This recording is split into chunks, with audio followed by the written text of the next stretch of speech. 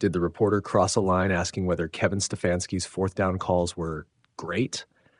Maybe the question was clumsy. Maybe it landed like salt in a fresh wound. But here's what actually matters.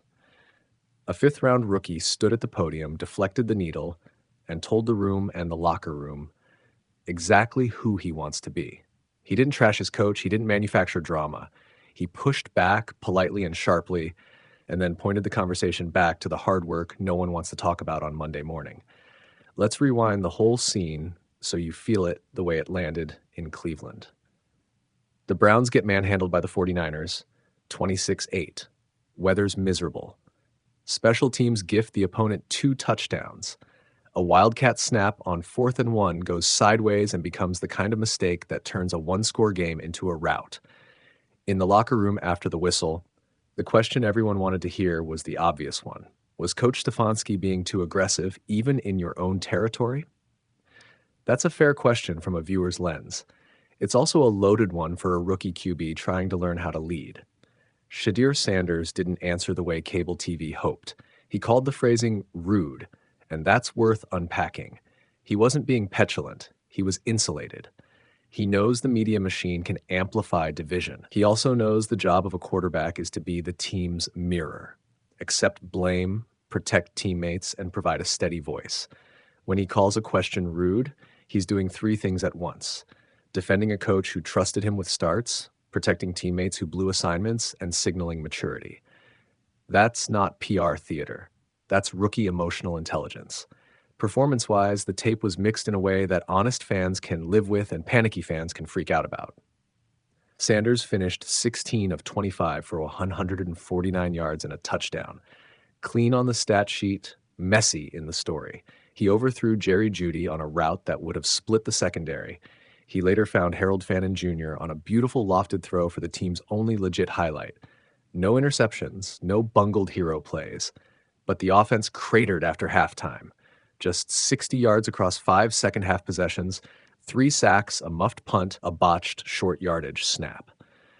Those aren't just rookie foibles. They're team defects that happen to unfold while a kid is learning how to quarterback in real time. So what do we learn from that post-game exchange that shook some people? First, Sanders isn't here to be a lightning rod. He's here to be a quarterback. He'll take accountability. He said as much about missed throws and the need to stay on myself and keep shooting, but he also isn't going to throw the coaching staff under the bus on the first day the headlines run hot.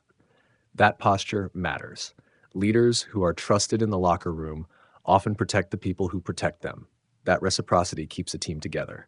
For a young player, choosing that route is a leadership shortcut.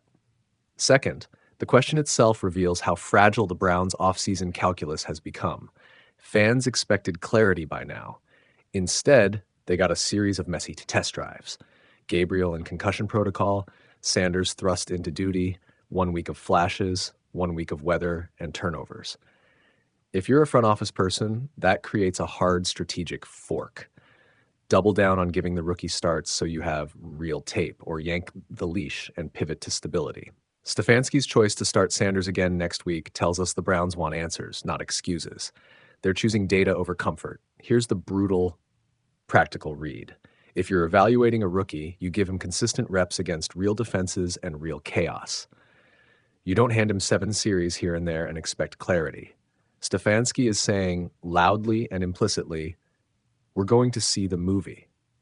That's a sensible approach if your goal is to know who you are in 2026. But it's risky. If Sanders doesn't show clear progress, you'll get the what-if noise come January, and fans will point to games like this one as the smoking gun.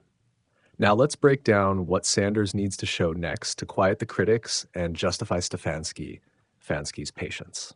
First, faster reads. 3 sacks on a day when a veteran QB would have taken 1 or 2 tells you he needs to get the ball out quicker and identify the rush sources before defenders show. Second, tighter timing with his top receivers. Jerry Jeudy in particular. That missed deep ball wasn't just a wind issue. It was timing and cadence. Those are fixable with 5 game reps, not motivational speeches. Third, situational hygiene. The Browns cannot keep gifting the opponent short fields with special teams blunders and gadget plays gone wrong. You can't ask a rookie to overcome that ledger every week. And here's a twist that changes the tone of the whole story. Sanders' refusal to publicly rip Stefanski could be his secret weapon. Coaches value quarterbacks who protect the room. Teammates rally behind them. And the NFL is an endless parade of PR tests. Every press conference is an audition for leadership. When you answer a rude question with dignity, you don't look soft, you look steady. The rest of the league notices that. It's the kind of thing the coaching staff smiles about in private while they quietly teach mechanics and reads behind closed doors. So what's the real blunt verdict we should carry out of this afternoon's headlines?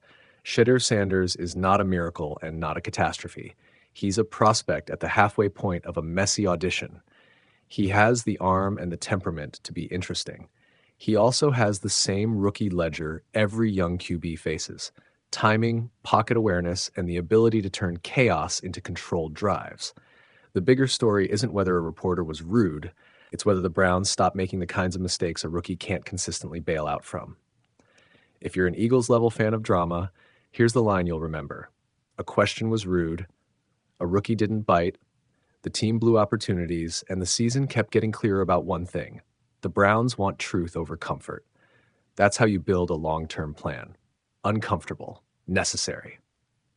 Final thought, the NFL will always have hot takes and ruffled pressers.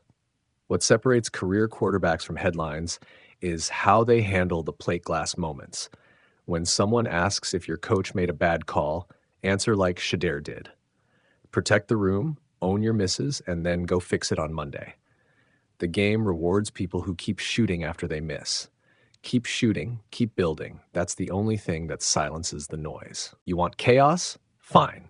Here's the chaos.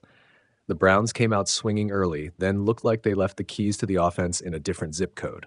San Francisco walked out of Cleveland with a 26-8 win, and it was the kind of game that makes coaches sigh and social feeds light up. Reuters' Shedeur Sanders didn't implode. He didn't flash a Hall of Fame audition either. In his second start, he finished 16 of 25 for 149 yards and a touchdown. Tidy, not transcendent. And he showed a flash of the long ball when Harold Fannin Jr. hauled in a 34-yard score that briefly gave the Browns an 8-7 edge.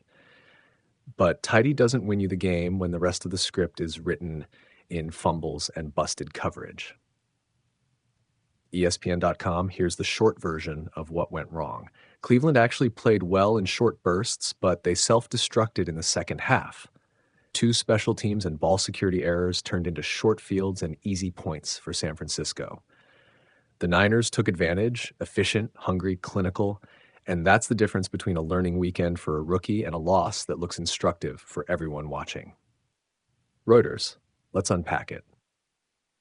Sanders had a first half that suggested potential. Calm pocket presence, a few crisp reads, and enough zip to hit throws downfield. Then halftime happened, and the Browns managed only 76 offensive yards after the break. A botched 4th and 1 snap, a muffed punt on a drive they'd earned, and a defense that couldn't force enough mistakes back. That's a recipe for an afternoon where the good plays feel like an apology note rather than momentum. You always hear coaches say young quarterbacks need reps. That's true. But reps become useful only when the rest of the unit prevents turnovers and masks rookie rough edges. When the offense is sputtering and special teams gift wrap momentum to the opponent, the narrative shifts fast. Is the rookie ready, or is the team's structure failing him? Cleveland's offense looked like architecture under construction, but the foundation, ball security, situational play calling, clean snaps, cracked at the worst time.